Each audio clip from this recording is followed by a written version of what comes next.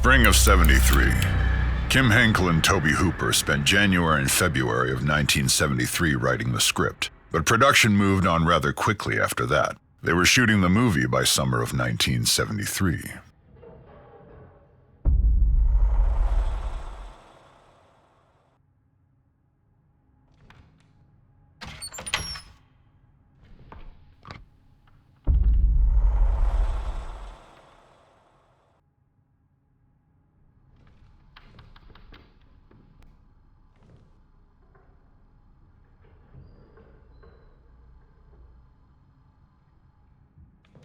Box office success.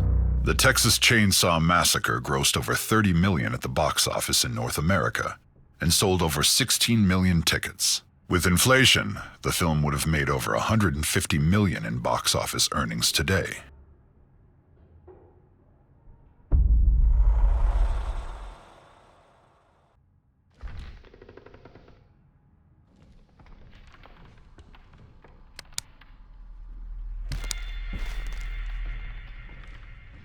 Production manager Ron Bozeman would go on to work on another film that featured cannibalism. In 1992, he won an Academy Award as a producer for The Silence of the Lambs.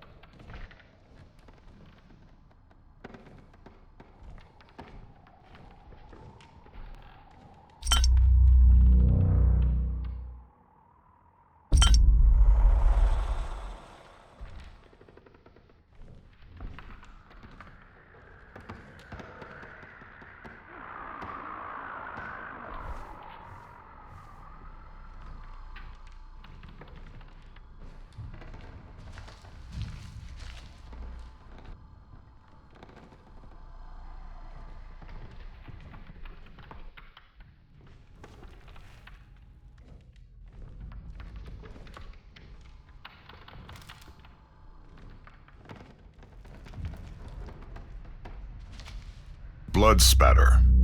One of the reasons that blood and gore are limited in the film is because Tobe Hooper and Kim Henkel felt that fear and intensity were more important. According to screenwriter Kim Henkel, he and Tobe Hooper reached out to the MPAA to discuss the guidelines to avoid getting slapped with an X rating. Apparently, the investors of the film were terrified that the film would get an X rating, so all these thoughts were front of mind during production. Ultimately, Hooper and Henkel's original vision of inflicting fear and intensity with the gore and blood implied worked to the film's benefit and made a bigger impact.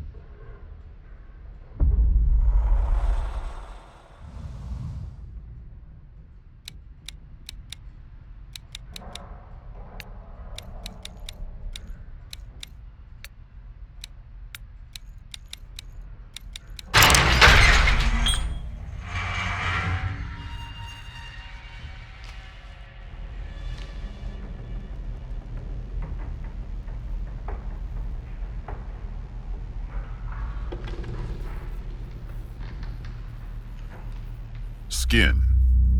The practical effects of Leatherface's skin mask proved a difficult challenge for Bob Burns, the art director for the film.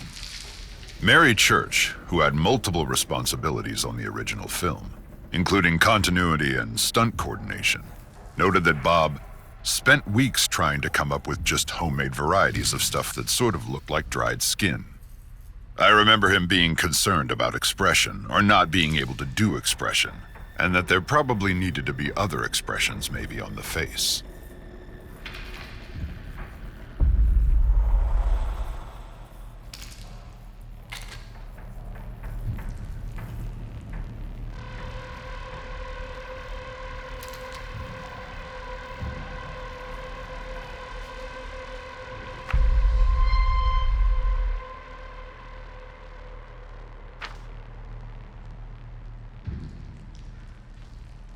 Fake blood. The blood splatter effect on Leatherface's apron during the Franklin death scene required corn syrup, food coloring, and a lot of spitting. Makeup artist Dorothy Dottie Pearl, director Tobe Hooper, and even boom operator Wayne Bell knelt by Franklin during the shooting. As Leatherface slashed, the three took mouthfuls of blood and spit it at him. "For me, this was just a delight," said Bell. "I care nothing about horror movies, but this was pretty playful."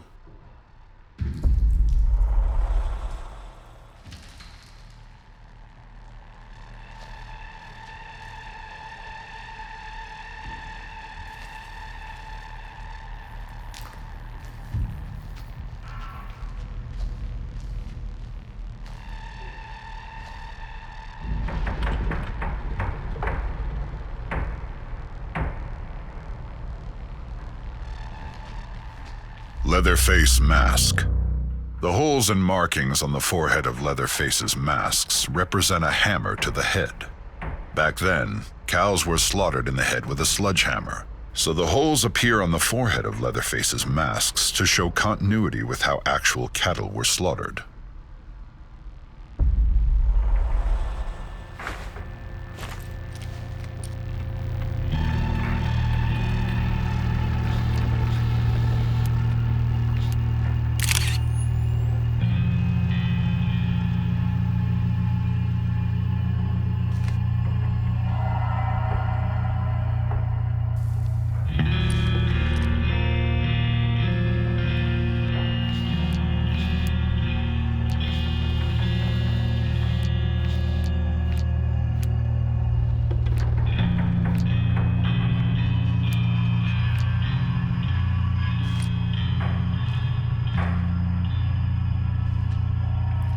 Tobe Hooper found novel ways to introduce drama into his picture.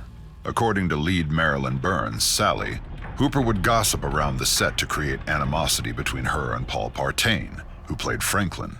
Tobe would come up and tell me that Paul said something about me. Then Tobe was going to Paul saying Marilyn said something about you, getting us really upset with each other. So we're doing this scene that didn't require any acting at all. I was ready to kill him.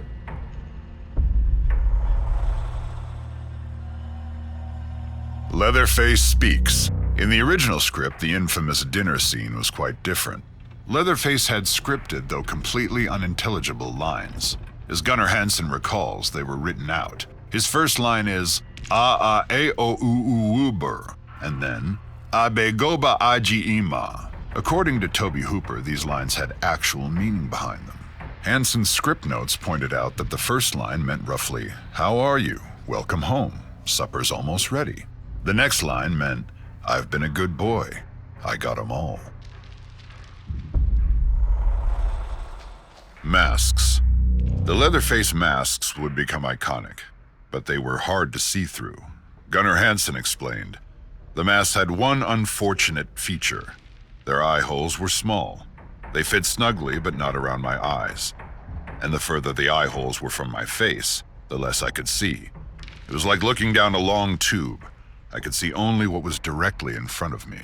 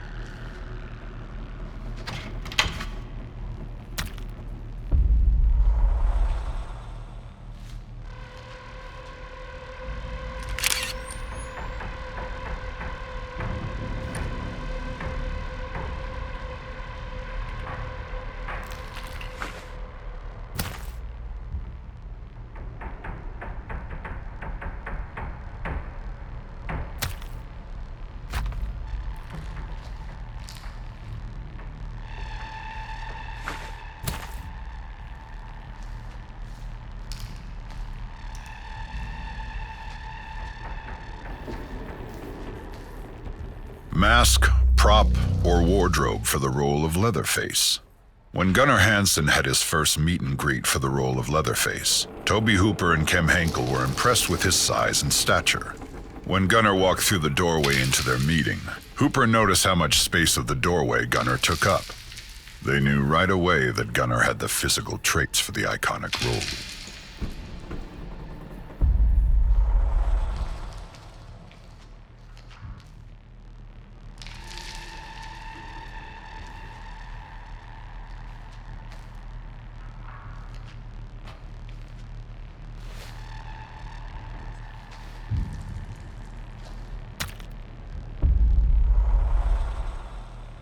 Real torture.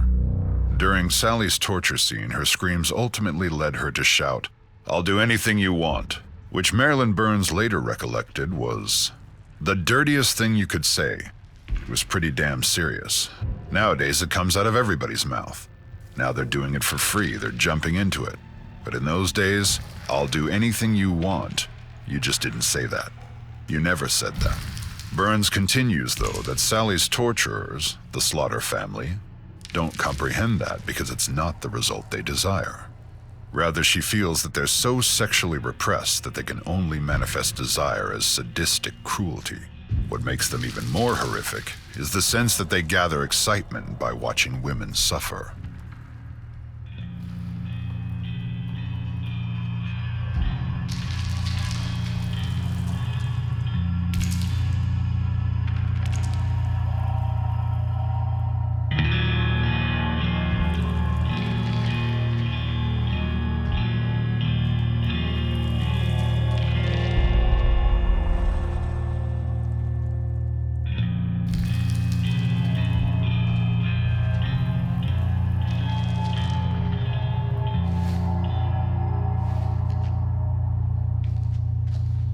Banned in the UK.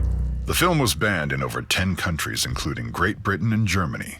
The Texas Chainsaw Massacre managed to have screenings in London, England in late 1974, but by February of 1975, the BBFC decided to ban the film, as they were uncomfortable about the threats toward the film's climax and the explicit use of abnormal psychology, and refused to even give the film an X rating. In 1982, the former Prime Minister of England, Margaret Thatcher, along with socially conservative activist Mary Whitehouse, formed the Video Nasties, which led to the banning of several horror films in the United Kingdom. Additionally,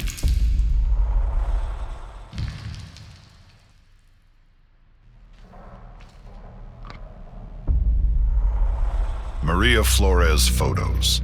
Several of the photos used for Maria Flores' story were taken near a massive sunflower field that seemed to go on for miles. While stunningly beautiful, this area was also infested with rattlesnakes. Thankfully, the Gun Interactive crew persevered after a few close encounters with the venomous snakes, and were able to capture thousands of photos to help build the lore of our game's catalyst, Maria Flores.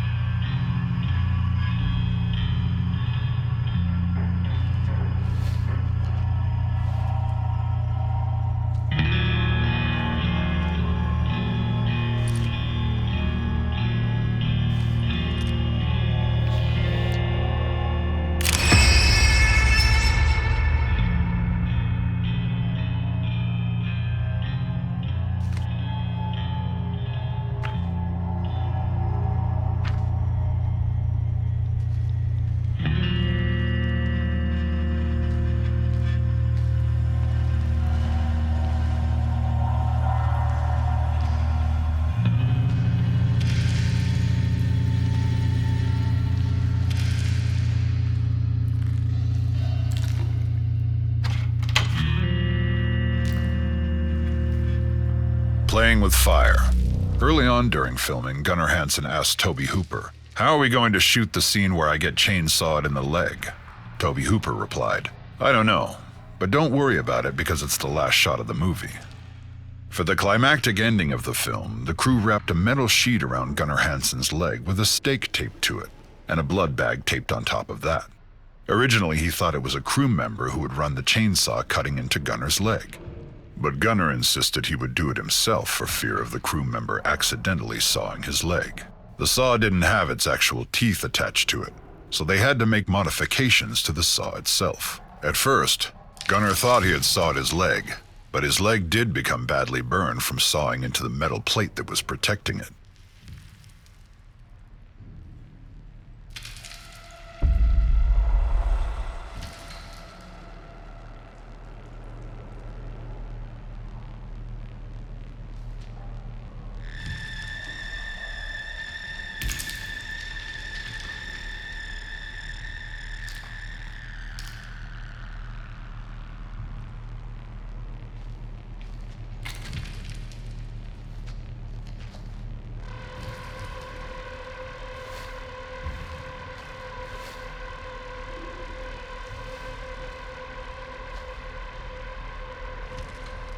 Masks.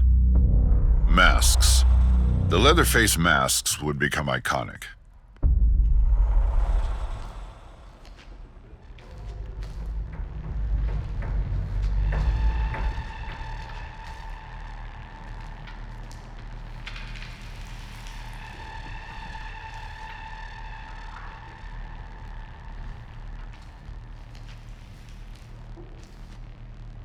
How the music is made. Numerous instruments used by Wayne Bell to create the music were children's musical toys. According to Bell, many of the instruments used to create the music of the Texas Chainsaw Massacre were cymbals, xylophones, and shakers. Being that Bell is a drummer, a substantial number of cymbals were used. The audio team also used Bell's K stand-up 5-string bass with a movable bridge which allowed them to change how high off the board the strings are. This brought out the strong sounds of the bass. Additionally, the sound team used a bow, plucking and rubbing various items on it.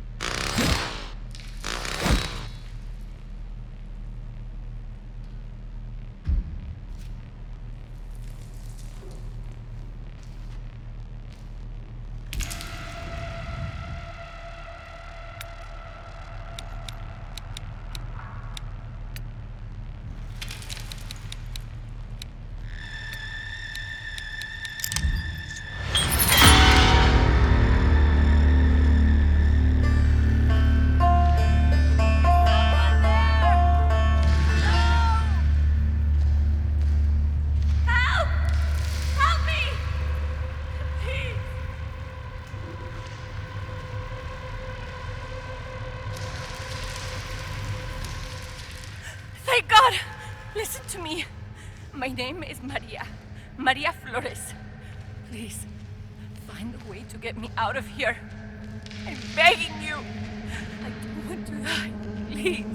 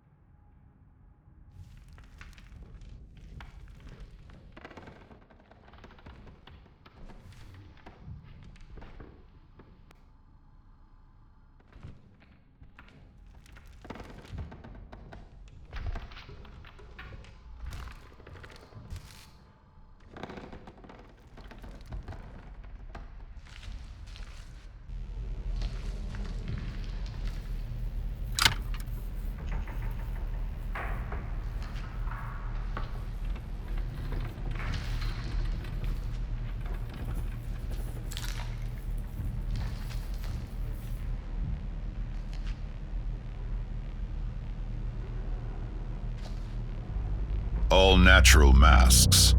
Art director Bob Burns performed a significant amount of trial and error to perfect the Leatherface mask. Ultimately, he landed on liquid latex and thin insulation, which aged naturally and yellowed.